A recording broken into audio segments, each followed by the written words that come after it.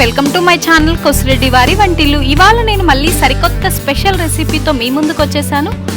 అదేంటో మీ అందరికీ పరిచయం చేస్తాను. అదేంటనుకుంటున్నారా? అదేనండి, అందరూ ఎంతగానో ఇష్టపడి తినే టేస్టీ, అలాగే మనకి పీచు పదార్థం పుష్కలంగా లభించే బీరకాయ కర్రీ. బీరకాయ కర్రీని ఈజీగా అండ్ టేస్టీగా ఎలా తయారు చేసుకోవాలో నా వీడియోలో చూపిస్తాను. నా వీడియోని చివరి వరకు చూసి మీరు కూడా ట్రై చేయండి. నిజంగా మనకి పీచు పదార్థం మన బాడీకి పుష్కలంగా లభించే కొన్ని వెజిటేబుల్స్లో ఇది చాలా, ఇందులో నుంచి మనకి చాలా పీచు పదార్థం వస్తుంది. బీరకాయ కర్రీ తినడం వల్ల చాలా ఉపయోగాలు కూడా ఉన్నాయి. ఇలా వీక్లీ వన్స్ అయినా మనం బీరకాయ కర్రీని చేసుకొని తింటే నిజంగా హెల్త్కి కూడా చాలా మంచిది. ఇక ఆలస్యం చేయకుండా బీరకాయ కర్రీ తయారీ విధానం చూసేద్దామా?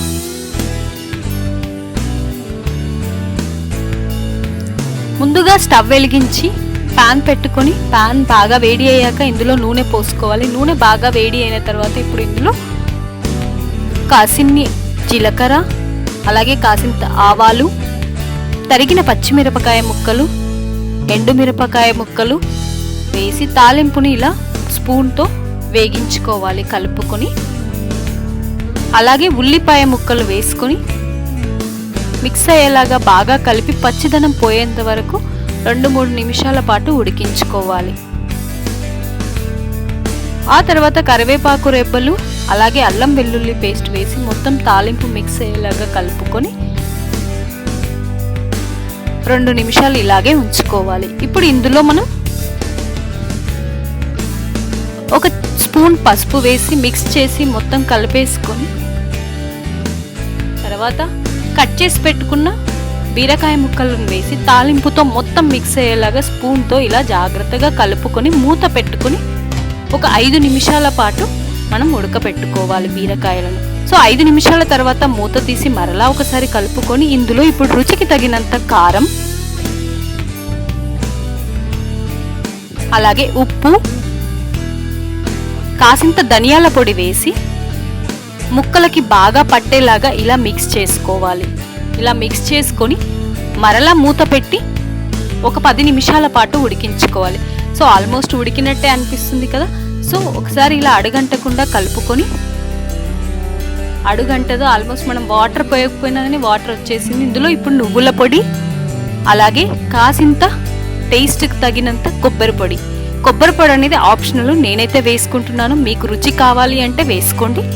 సో ఇప్పుడు ఇది బీరకాయ ముక్కలతో మిక్స్ అయ్యేలాగా ఇలా కలుపుకొని మరలా ఒకసారి మూత పెట్టి ఒక 5 నిమిషాల పాటు స్టవ్ సిమ్లో పెట్టి ఉడికించుకొని మూత తీసి ఒకసారి ఇలా కలుపుకోవాలి. సో ఫస్ట్ మనం స్టవ్ హై ఫ్లేమ్లో పెట్టి ఉడికించుకోవాలి. ఆ తర్వాత కారం, ఉప్పు వేసిన తర్వాత స్టవ్ని సిమ్లో పెట్టి ఉడికించుకోవాలి. ఎంతసేపు ఉడికితే కర్రీ అంత టేస్టీగా వస్తుంది. చివరగా ఇలా కొత్తిమీర వేసుకుంటున్నాను నేను.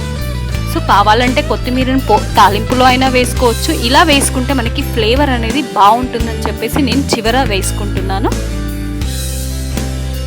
సో స్పూన్తో ఇలా మిక్స్ అయ్యేలాగా కలుపుకొని స్టవ్ ఆఫ్ చేసుకోవాలి. అంతే, ఎంతో రుచికరమైన అలాగే టేస్టీ బీరకాయ కర్రీ రెడీ అయిపోయింది. దీన్ని మనం ఫ్రై కూడా అనొచ్చు, ఎందుకంటే వాటర్ ఏం వేయలేదు. బట్ బీరకాయ ముక్కలు కట్ చేసినప్పుడు మాత్రం కడిగాం కదా, సో కడిగినందుకు వాటరీగా ఉంది, అలాగే లిక్విడ్గా ఉంది. అలాగే మనకి బీరకాయలో వాటర్ శాతం కూడా ఎక్కువగా ఉంటుంది, పీచు పదార్థం కూడా ఎక్కువగా ఉంటుంది.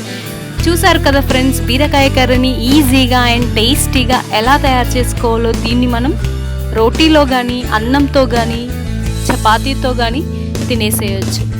నిజంగా ఇది హెల్త్కి చాలా మంచిది. అలాగే ఇలా స్పైసీగా కాసింత కారం ఎక్కువ వేసుకున్నాం కదా, అలాగే పచ్చిమిరపకాయ ముక్కలు కూడా వేసుకున్నాము. నిజంగా చాలా స్పైసీగా, టేస్టీగా చాలా బాగుంది బీరకాయ కర్రీ. బీరకాయ కర్రీ అనొచ్చు, ఫ్రై కూడా అనొచ్చు. ఇంకా మీకు కావాలంటే కొంచెం తక్కువగా ఉడికించుకోవచ్చు. నేను కొంచెం ఎక్కువగానే ఉడికించుకున్నాను. ముక్కలు పెద్దగా కూడా కట్ చేసుకోవచ్చు. కొంచెం పెద్దగా కట్ చేసుకుంటే మనకి ముక్కలు ఎక్కువగా తేలుతాయి. సో ముక్కలు కొంచెం తక్కువగా అయిపోయింది కదా.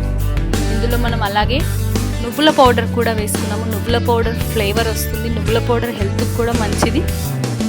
కొబ్బరి పొడి అనేది కూడా ఫ్లేవర్ కోసం నేను వేసుకున్నాను. అది ఆప్షనల్. కొంతమందికి కొబ్బరి పొడి అనేది ఇష్టం ఉండదు.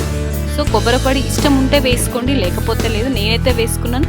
అలాగే ధనియాల పొడిలో నేను ముందుగానే యాలకులు లవంగాలు వేసి కొట్టించుకున్న పౌడర్ అది. సో చూసారు కదా ఫ్రెండ్స్, నిజంగా చూస్తుంటేనే రుచి అదిరిపోయినట్టు అనిపిస్తుంది, తినాలనిపిస్తుంది కదా. నిజంగా చాలా చాలా టేస్టీగా ఉందండి. ఒక్కసారి తింటే మళ్ళీ మళ్ళీ చేసుకొని తినాలనిపిస్తుంది. బీరకాయ కర్రీ అద్భుతంగా వచ్చింది. సో ఈజీ కూడా ప్రాసెస్, చాలా వితిన్ 10 minutesలో కర్రీ చేసేయచ్చు. కుక్కర్లో కూడా వేసి చేసుకోవచ్చు ఇలానే, కానీ కుక్కర్లో చేస్తే మనకి టేస్టీగా ఉండదు. ఇలా చేసుకుంటే, నేను చెప్పిన ప్రాసెస్ ఫాలో అయ్యి చేసుకుంటే మీకు రుచి అదిరిపోయే టేస్ట్ వచ్చేస్తుంది. సో ఖచ్చితంగా మీరు కూడా ట్రై చేసి టేస్ట్ ఎలా వచ్చిందో నాకు కమెంట్ బాక్స్లో కమెంట్ చేయండి. తప్పకుండా ట్రై చేస్తారు కదా, తప్పకుండా ట్రై చేయండి ఫ్రెండ్స్. అలాగే